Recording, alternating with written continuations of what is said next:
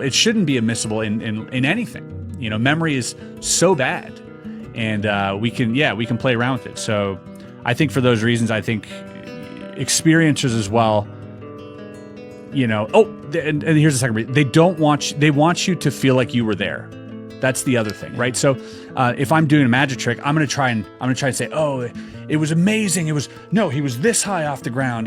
When in reality it was like this high, right? But I want you to feel like you were there. I'm not trying to give you data.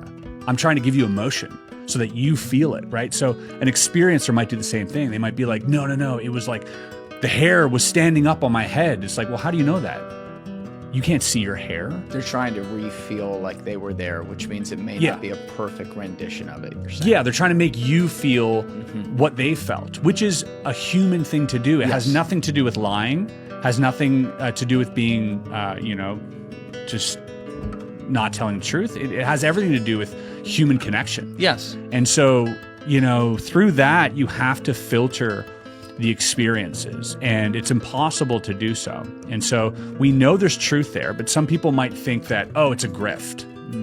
When in reality, the memory is just so bad from these events. Like, it's so bad. It's not something you can count on. And so we just have to count on the stories, and we have to kind of like parse through it ourselves. But yeah.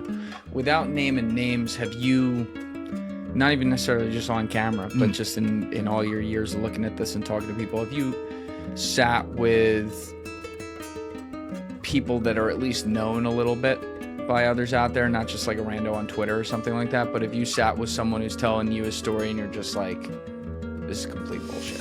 I wouldn't say complete bullshit, but like I said, I think there's reason to believe that everyone telling a story, if you've told it more than once, you're making that story better as you go along.